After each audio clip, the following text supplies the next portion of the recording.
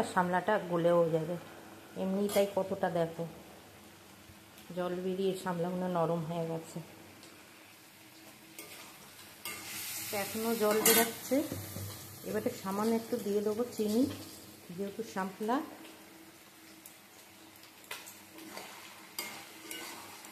চিনি দিয়ে ভালো করে একটু মিশিয়ে নিলাম। আর তেলটা আমি অল্প করেই দিয়েছি, কেন সামলায় জল ছাড়লে তারপর শুকনো হয়ে গেলে অনেকটা তেল তেল হয়ে যায়।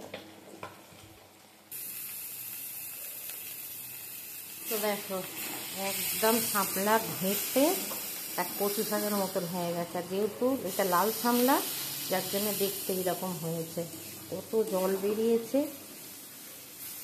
তো দেখো আমরা কিন্তু সামলা এখনও এবার তেল বেরাচ্ছে, দেখে বুঝতে পারছো। এসব দেখো তেল বেরাচ্ছে, জল শুকনো হয়ে গেলেই এবার তেলটা ছাড়তে থাকবে সামলা থেকে। এবারে সামলাটা হয়ে গেছে, নামিয়ে নেবো। দেখতে পাচ্ছ একদম রস টেনে নিয়েছে, আর একদম কচু শাকের মতন হয়ে গেছে, সামলার মনে হচ্ছে না। তো চলো নামিয়ে নিই।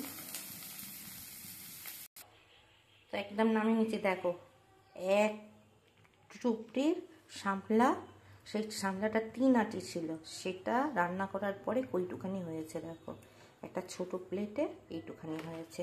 আর সামলাটা যেহেতু লাল, তার জন্য এরকম কালচে কালচে কচু শাকের মতো লাগছে, মনেই হচ্ছে না যেটা সামলা। সামলার গোটা নেই, সামলা এরকম একমাত্র সামলার ডাল করলে তবে সামলা একটু গোটা গোটা পাওয়া যায়, নাহলে এরকম ভাজা করলে তিতো তিতো করতে গেলে এরকম ঘেঁটে যায়। তো চিংড়িগুলোও দেখো কালো কালো হয়ে গেছে। তো রেসিপিটা কেমন হয়েছে অবশ্যই কমেন্টে জানিও। যদি ভালো লাগে লাইক কমেন্ট শেয়ার করে দিও। আর তোমরাও যারা এখনও এরকম শাপলা খাওনি, শাপলা এমন কেউ নেই খায়নি, সবাই খায়। অনেকে খাও নেই, অনেকে জানো এটা কি জিনিস, এরকম বুঝতে পারো না এটা কি, শাপলাটা কি। তো তারা একবার হলো এরমভাবে রান্না করে খেও। তো চলো, তো দেখতেই পেলে কত সিম্পলভাবে শাপলা রান্না হয়ে গেল। এটা এমন কিছু রান্না না, যে কোনো কেউ চোখ বুজিয়ে পারবে।